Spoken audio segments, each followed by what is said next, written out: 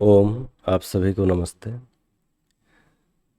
अभी बांग्लादेश में हिंदुओं के साथ जो नरसंहार हुआ, जिस प्रकार से वहाँ उनकी बहन बेटियों के साथ बलात्कार हुआ, लगभग सोशल मीडिया पर कई सारे वीडियो वायरल हुए, जिसे हम सब देखे हुए हैं।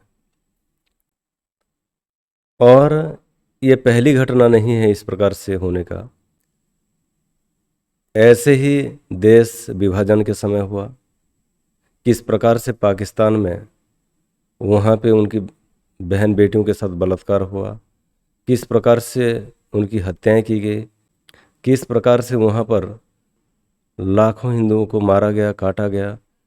ट्रेनों में लाशें भर भर के भारत में आते थे उस समय। और उसके बाद कश्मीर में भी हुआ। और कश्मीर में होने के बाद अभी बांग्लादेश में हम देख रहे हैं। वर्तमान ये भी प्रश्न उठता है कि क्या भारत में भी ये हो सकता है। तो इसका उत्तर है निश्चित रूप से भारत में ही हो सकता है, बल्कि होने वाला है। आप समझ जाइए कि भारत में ऐसा होगा ही, और इस प्रकार से सोच के अपनी तैयारी कर लीजिए। आत्मरक्षा के लिए पहले से ही मनुष्य को उपाय खोज के रखना चाहिए। जब आपकी बहन बेटियों के साथ बलात्कार हो जाएगा और फिर आपकी संख्या कम हो जाएगी, फिर कहेंगे कि हमने सुरक्षा दे दी है, तो वहाँ पे कोई बुद्धिमत्ता नहीं बनती है। अभी इस्कॉन वाले कह रहे थे उनकी मंदिरों को वहाँ पे तोड़ा गया, जलाया गया, उनके लोगों को मारा गया, भगाया गया। तो कह रहे थे कि उस समय इस्कॉन वालों ने मिलियन डॉलर रुपए सहायता किए, और आज उन्होंने दिया भी तो इस्कॉन को क्या दिया, अर्थात विश्वासघात किए, ऐसे कह रहे थे। परंतु चाणक्य नीति में एक पंक्ति आती है, एक श्लोक में, अविश्वस्ते विश्वसीति मूढ़ चेता नराधम। अगर आज इस्कॉन को समझना चाहिए कि इस्कॉन खुद जो है वो कहीं नराधम तो नहीं है, क्योंकि जो अविश्वास के योग्य है, जो विश्वास के लायक ही नहीं है, हम इतिहास से जिनको जानते हैं कि ये कौम जो है अविश्वास से भरे पड़े हैं, फिर भी हम उन पर विश्वास करके अगर कुछ सहायता कर रहे हैं, तो निश्चित रूप से सांप को दूध पिलाने जैसी बात है। और जिस प्रकार से हिंदुओं की वहाँ पे नरसंहार हुआ अभी, इसको देखकर भी वर्तमान भारत के हिंदू अभी भी जागृत नहीं है। ना जाने कितने महापुरुष है यहाँ पे हिंदुओं को जगाने के लिए, ना जाने कितनों लोगों ने बलिदान दिए हिंदुओं की रक्षा के लिए, पर फिर भी हिंदू अपने नशे में है। और वही हिंदू जब आपत्ति का लाएगा तो रोएगा, चिल्लाएगा, चीखेगा। उसी के आंखों के सामने उनकी बहन बेटियों के साथ बलात्कार होगा, और फिर उस समय करने के लिए उसके पास कुछ नहीं होगा। तो प्रत्येक हिंदू का ये कर्तव्य है कि आप अपनी सुरक्षा के लिए हमेशा तैयार रहिए। मुझे तो बड़ा आश्चर्य होता है कि जो हरे राम हरे कृष्ण 24 घंटे जप करते हैं, माला फेरते हैं, वो कभी राम और कृष्ण के जीवन चरित्र को क्यों नहीं पढ़ते? क्यों नहीं वाल्मीकि रामायण और महाभारत पढ़ते? जो राम और कृष्ण जीवन भर युद्ध लड़ते रहे, धर्म की रक्षा के लिए युद्ध लड़ते रहे, और अपने लोगों की रक्षा के लिए युद्ध लड़ते रहे, आज उनके अनुयायी, उनको ईश्वर मानने वाले, उनको भगवान मानने वाले, उनके पूजा करने वाले आज कायर कैसे हो गए? ईश्वर की भक्ति करना ये अलग विषय है, भक्ति करनी चाहिए। पर जब आप अपने आंखों के सामने अपने परिवार की हत्याएं करते हुए देखेंगे, आपकी आंखों के सामने अपनी बहन बेटियों को बलात्कार किया जाएगा, अगर तब भी आप हरे राम हरे कृष्ण ही जप कर रहे हैं, तो निश्चित रूप से या तो आप राम और कृष्ण को समझे नहीं है, या तो आप सनातन संस्कृति को ठीक से पढ़े नहीं है, समझे नहीं है। केवल और केवल कुछ ढोंगी पाखंडी गुरुओं के चंगुल में आकर आप ये कार्य कर रहे हैं। माता सीता का जब हरण हुआ तो पूरे रावण के साम्राज्य का श्री राम ने विनाश कर दिया। और रावण जैसे व्यक्ति सारे को, जो भी उसके सपोर्टर थे, जो भी उसके लोग थे, सबका खात्मा कर दिया राक्षसों का। ऐसे ही श्री कृष्ण के जीवन चरित्र को देखें तो उन्होंने ना जाने कितने राक्षसों का वध किया।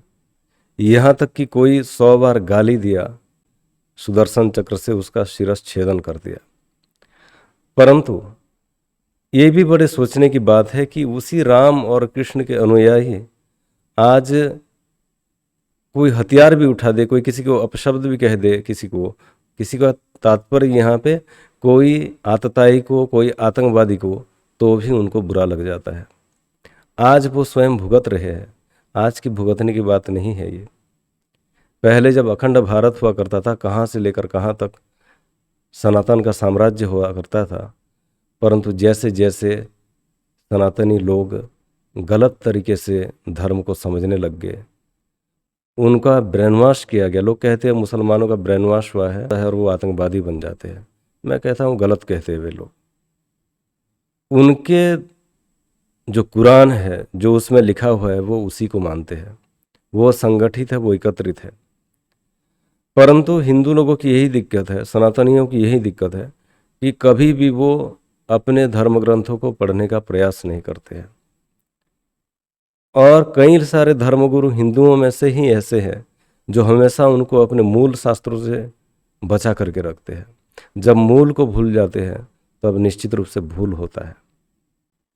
जैसे जैसे हम हमारे शास्त्रों को पढ़ते जाते हैं, वैसे वैसे हमारी बुद्धि जो है खुलती जाती है।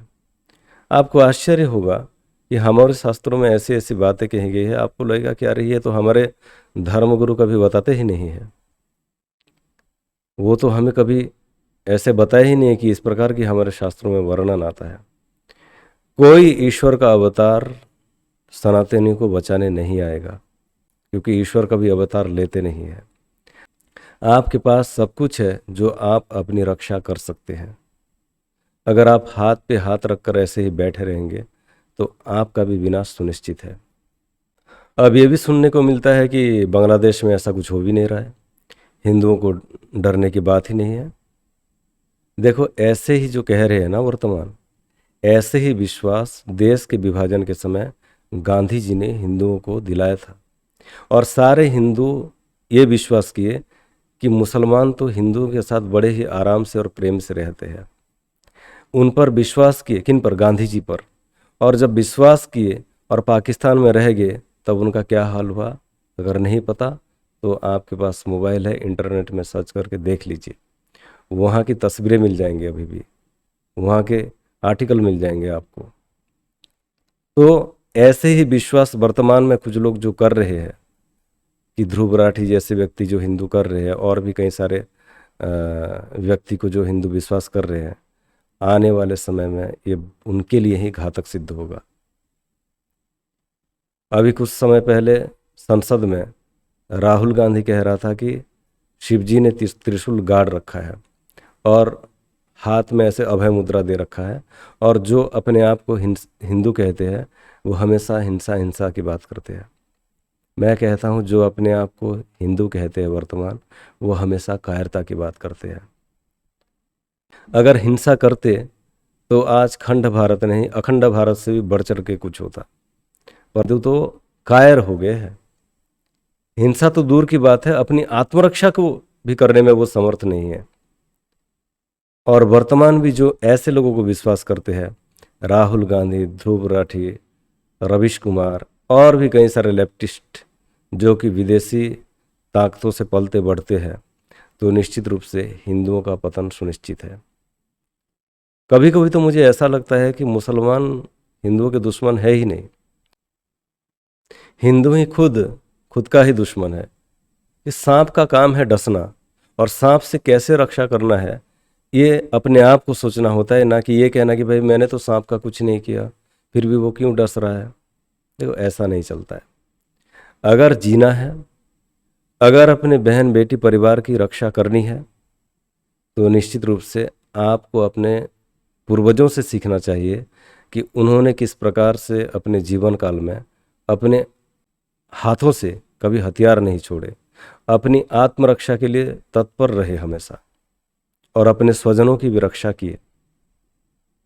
और ये बातें हिंदुओं को सोचनी चाहिए। नहीं तो बांग्लादेश में जो हुआ है, जो पाकिस्तान में हुआ है, जो कश्मीर में हुआ है, वो देश के अन्यत्र हिस्से में भी होने वाला है, इसमें कोई संदेह नहीं है। परंतु एक बात ये भी है कि अगर सब जाग गए हिंदू, अगर अपने वास्तविक धर्म को जान गए, तो निश्चित रूप से ये कभी होगा ही नहीं। उससे पहले ही अपनी सुरक्षा करके रखेंगे कि आगे कोई हमारे साथ ऐसा संकट ना आए।